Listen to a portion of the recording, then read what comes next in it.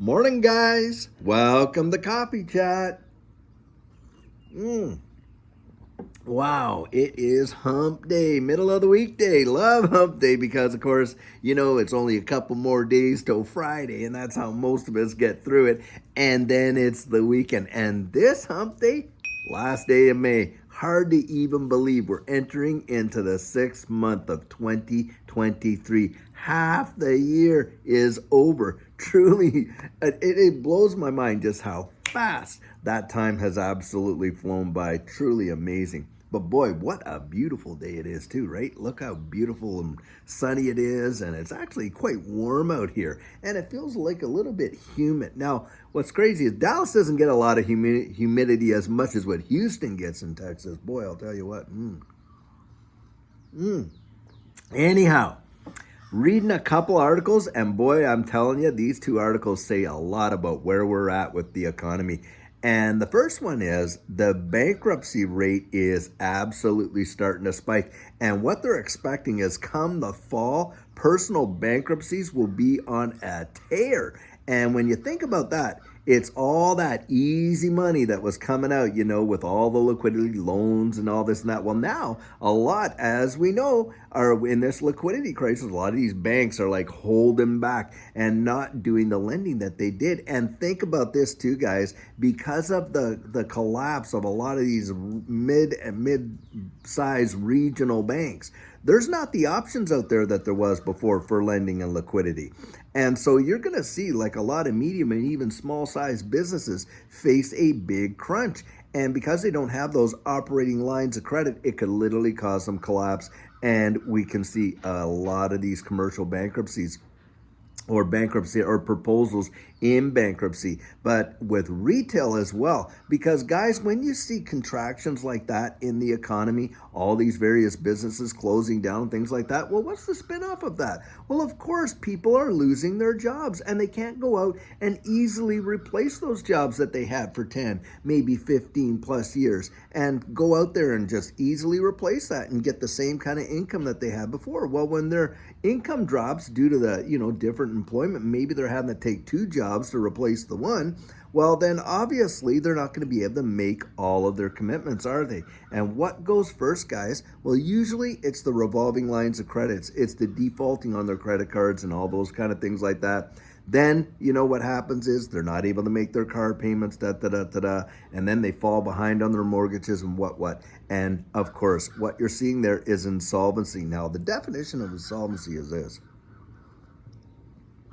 Insolvency is just not being able to make your bills when they become due. That is the definition of insolvency, which leads eventually to bankruptcy. And of course, bankruptcy is a form of debt relief and protection from creditors and stuff like that, which of course, for me, there is certain legislation out there that has some moral high ground.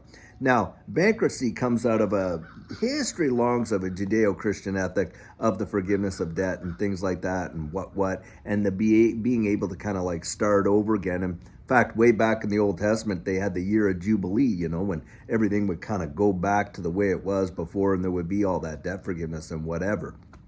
But of course, in our modern day society, hey, that's not going to happen without some serious consequence, right? And so there you go with the bankruptcy deal.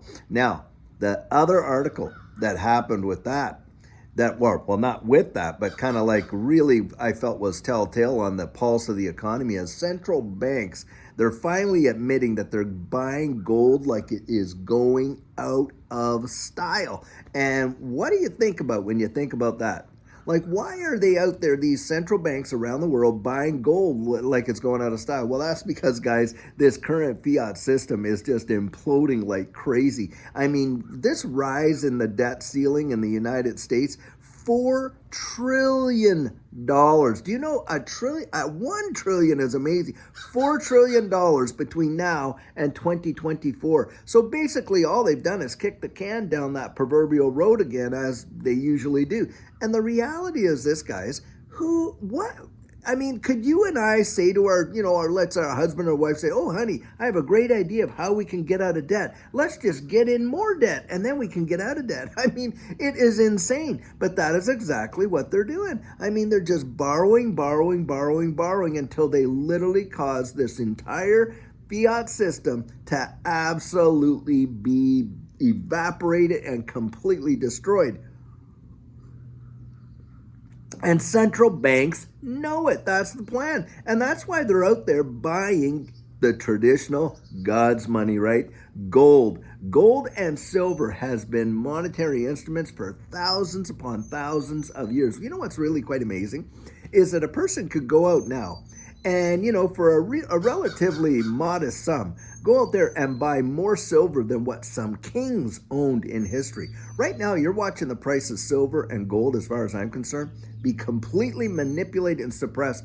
Gold probably should be well over $10,000 an ounce when you consider the demand for it. And silver, silver should be at least $200, if not $250 an ounce when you consider physical demand. I'm not talking about these ETFs where it's just a paper transaction, because we all know that is big time manipulated, as and they don't even have it. So one time, I think it was Scotia Makata or one of these ones, I don't know which one, they did an audit on it and they didn't even have the physical metal in order to back the paper that they were issuing. And this is the deal that we see so much of the time. But here you got central banks that are out there buying gold like it's no tomorrow. And that, guys, should tell you lots. Now, on top of that, hey, where are we at right now with these prices?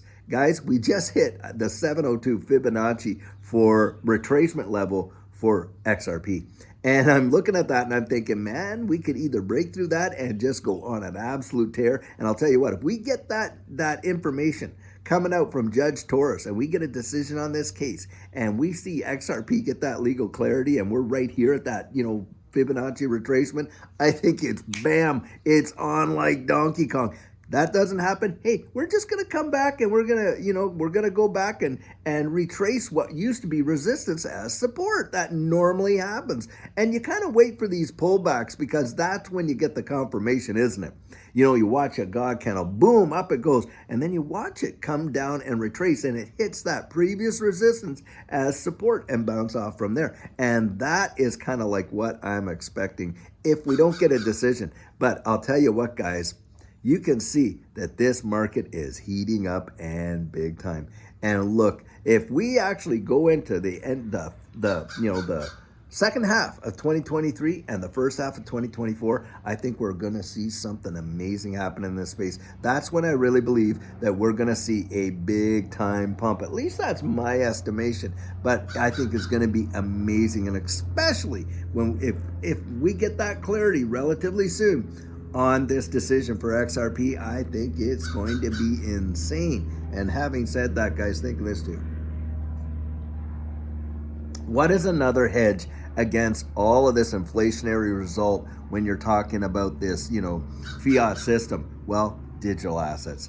And on top of that, you have got the potential to see those meteoric rises as this space becomes more and more adopted around the world. I'm telling you, those of us that have been able to get in early on and not have to, and yes, we're taking the greatest risk, but with the greatest risk comes that greatest reward. Now, that's where you got to decide what your own risk tolerance is. No one can tell you that. A lot of times in the comments, people say, well, hey, how much should I own? And is holding this amount enough or that amount enough? And you have to ask yourself, well, enough for what? Oh, well, I want to retire. Well, how do you want to retire, right? I mean, all of those, that's a long conversation, and no one can answer that in those little comments there, how much a person should hold or how much they shouldn't. You've got to decide that for yourself, guys. That's where your risk tolerance goes in there. How much confidence do you have in this space? And are you building your confidence on someone else's conviction, or are you out there doing the research, right? Like I always say, and getting that confidence on your own, because that's what's really going to make the biggest difference, at least in my estimation, I'll tell you what.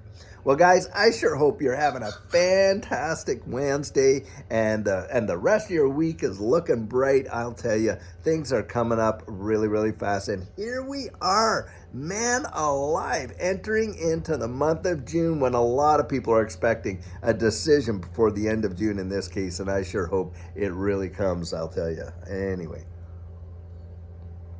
Well, guys, until we have our great video later on today, I sure hope you're having a great one. And for the rest of the day, just enjoy it all you can and take care.